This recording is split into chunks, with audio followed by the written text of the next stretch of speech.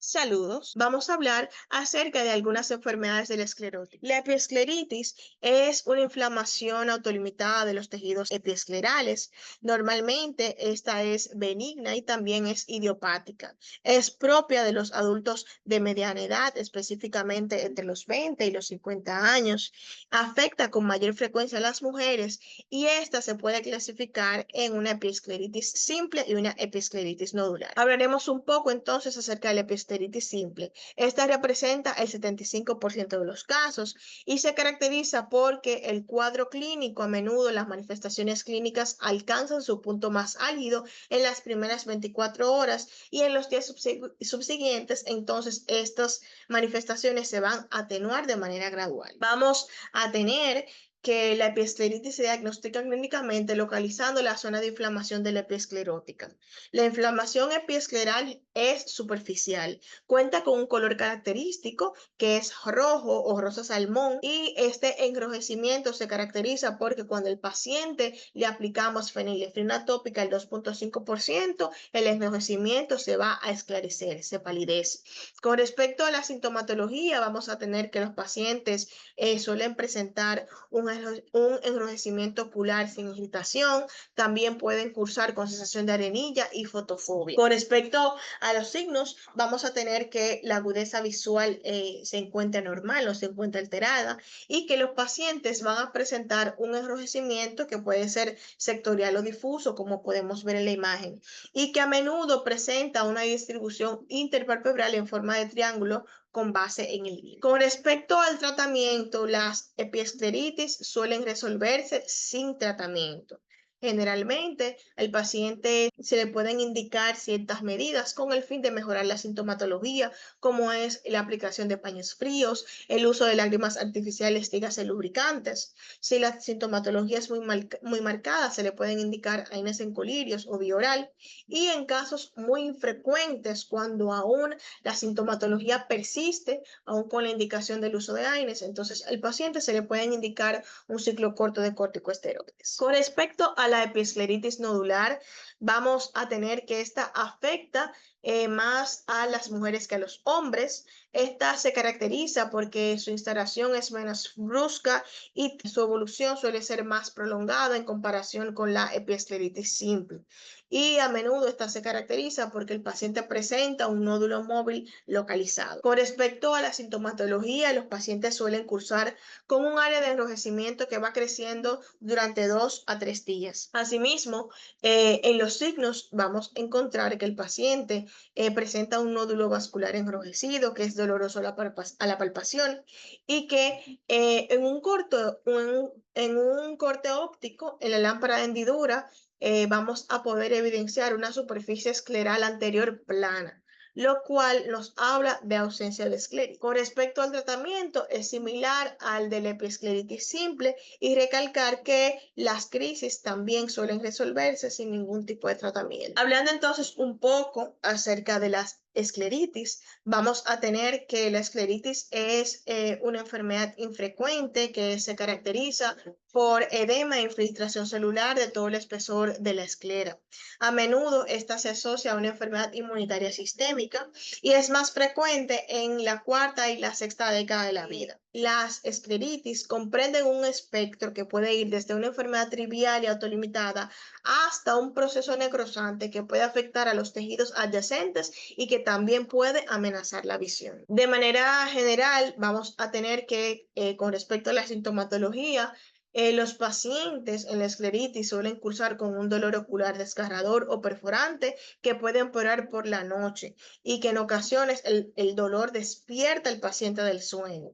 También con respecto a los signos, vamos a tener que la esclerótica inflamada tiene un tono violáceo, que los vasos esclerales se van a encontrar inflamados, que tienen un patrón entrecruzado, y en la exploración de la lámpara hendidura también vamos a observar la evidencia de edema escleral. Las escleritis se pueden clasificar clínicamente según la localización anatómica en escleritis anteriores y también escleritis posteriores. A su vez, las escleritis anteriores pueden ser no necrosantes que aquí tenemos la difusa y la nodular. Tenemos las escleritis necrosantes con inflamación. Aquí se encuentran la vasoclusiva, la granulomatosa y la inducida por cirugía. Y tenemos las escleritis necrosantes sin inflamación y aquí tenemos la escleromalacia perforada. A continuación, entonces, vamos a hablar de cada uno de los tipos de escleritis. Iniciamos con la escleritis anterior difusa. Se presenta más frecuente en mujeres a partir de la quinta década de vida.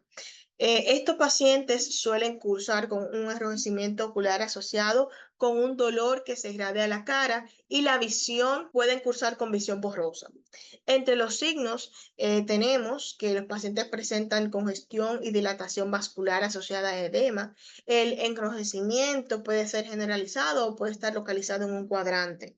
Asimismo, los pacientes presentan otras manifestaciones secundarias como son quimosis, edema palpebral, uveitis anterior y aumento de la presión intraocular. En el área de la esclera que presenta el edema, una vez este edema desaparece, el área afectada a menudo adopta una tonalidad grisácea o azul y es porque la esclera se torna más translúcida. Hablando entonces también un poquito acerca de la escleritis anterior nodular, vamos a tener que esta cuenta con la misma incidencia que la escleritis anterior difusa.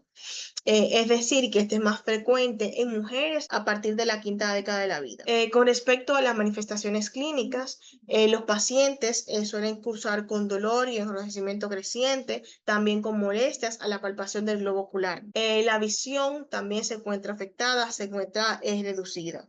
Con respecto a los signos, los pacientes cursan con nódulos esclerales que casi siempre se forman en la zona interpalpebral cerca del limbo. Estos nódulos tienen un color rojo azulado y son inmóviles. Aquí vamos a tener que si hacemos un haz en la lámpara de hendidura, se va a poder evidenciar una elevación de la superficie escleral anterior. Cuando a estos pacientes instilamos un colirio de fenilefrina, los vasos epiesclerales superficiales se van a contraer, pero el plexo profundo no se va a contraer. Una vez el nódulo, la inflamación nodular remite, la esclera se va a tornar más translúcida.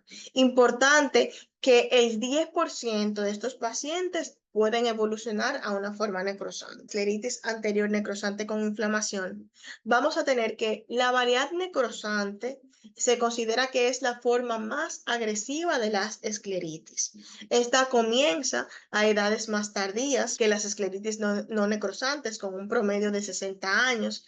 La afección es bilateral en el 60% de los pacientes y a menos que ésta se trate correctamente, sobre todo en las fases precoces, puede dar lugar a una grave morbilidad visual e incluso a pérdida del ojo. Con respecto a la sintomatología, los pacientes van a cursar con un dolor de instauración gradual que se puede volver intenso y persistente y que se irradia a la ceja y a la mandíbula y que a menudo impide conciliar el sueño y que responde muy mal a los analgésicos. Con respecto a los signos, vamos a tener que estos van a variar dependiendo del tipo de escleritis necrosante en el cual nos encontremos. Tenemos la escleritis vasoclusiva, que esta se caracteriza porque se asocia a artritis reumatoide y aquí vamos a encontrar parches aislados de edema escleral con ausencia de perfusión en la epiescleria y en la conjuntiva suprayacente y que estos parches se pueden fusionar y dar lugar a áreas de necrosis escleral. Tenemos también asimismo la escleritis granulomatosa. Aquí esta se caracteriza por la formación de granulomas. Generalmente se asocian a enfermedades como la granulomatosis con poliangelitis y también a la panarderitis nudosa. Esta suele empezar con congestión adyacente al limbo, que luego se extiende hacia atrás y en menos de 24 horas la esclera, la epiesclera y la conjuntiva muestran elevaciones irregulares y edema. Por último, también tenemos la escleritis inducida por la cirugía. Estas suelen presentarse típicamente en las primeras 3 semanas después de la intervención quirúrgica. Se puede presentar secundaria a cualquier tipo de cirugía.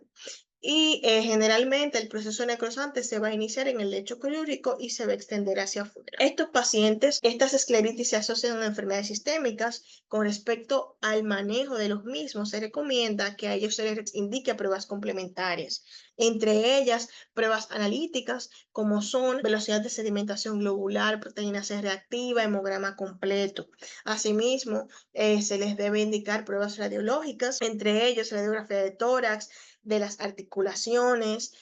Asimismo, la angiografía con fluoresceína nos puede ayudar a distinguir la escleritis necrosante por la ausencia de perfusión, y la ecografía nos ayuda a detectar la presencia de una escleritis posterior asociada.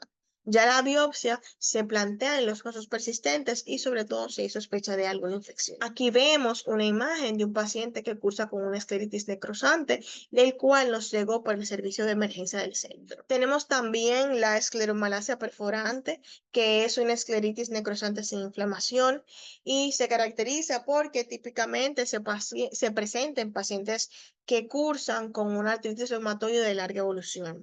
Esta se caracteriza porque los signos de inflamación son mínimos y este tipo de escleritis es generalmente indoloro.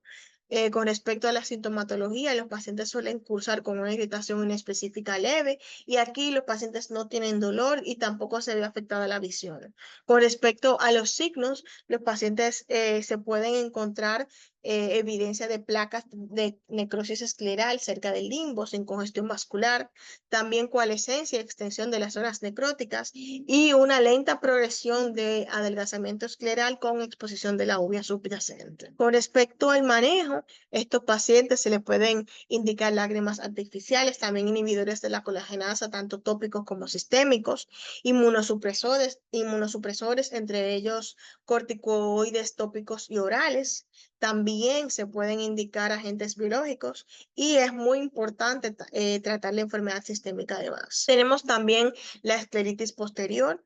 La escleritis posterior se caracteriza porque es una enfermedad que puede causar ceguera, que generalmente el diagnóstico es tardío y esto afecta de forma negativa el pronóstico.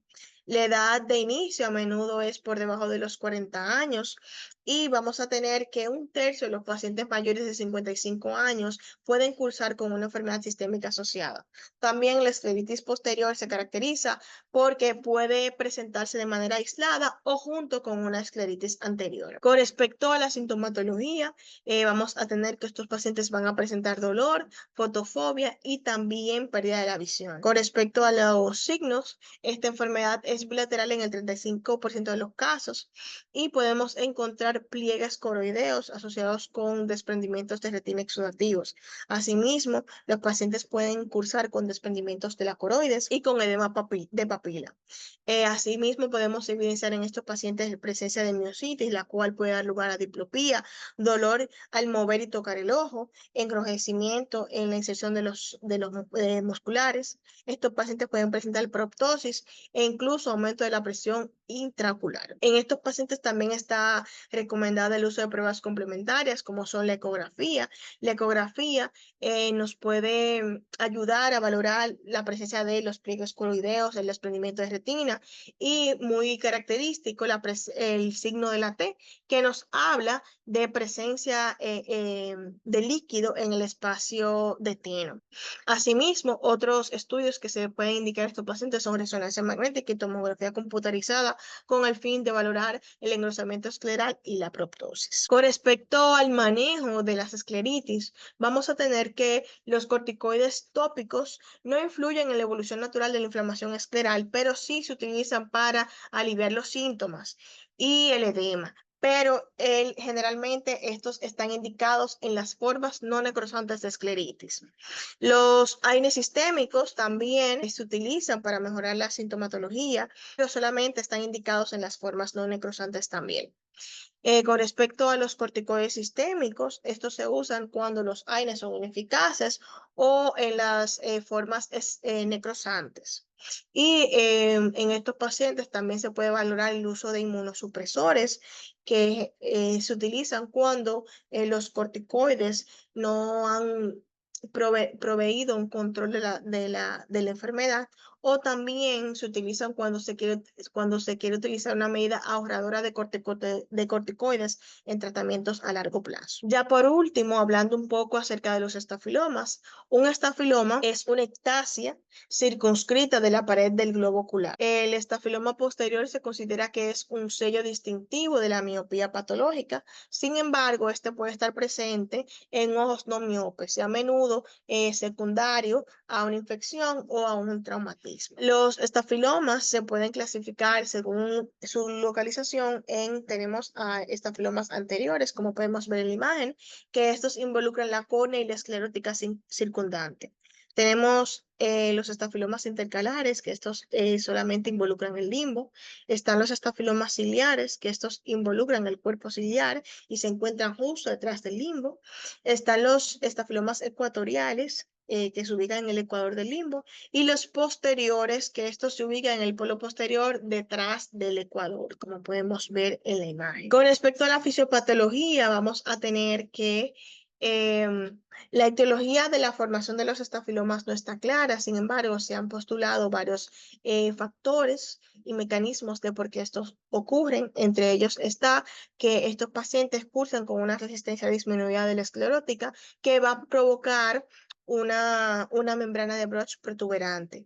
Asimismo, los estafilomas en los ojos miopes, vamos a tener que estos globos oculares tienen una mayor elasticidad debido a su mayor longitud axial y esto provoca que se expandan y que se adelgacen gradualmente. En aquellos estafilomas secundarios a etiologías como traumatismo o infecciones, vamos a tener que aquí estos pacientes van a cursar con una alteración en la estructura esclerótica secundaria a la lesión provocada, la cual va a dar lugar a un adelgazamiento escleral posterior y a la formación del estafiloma. Con respecto a la sintomatología, vamos a tener que los estafilomas se suelen presentar en ojos muy miopes, por lo que vamos a tener un empeoramiento significativo de la visión en pacientes previamente miopes. Con respecto al examen físico, vamos a encontrar que se puede evidenciar como una sombra de media luna, 2 diámetros de disco del nervio óptico, y que existen estudios diagnósticos como la ecografía modo B y la tomografía de coherencia óptica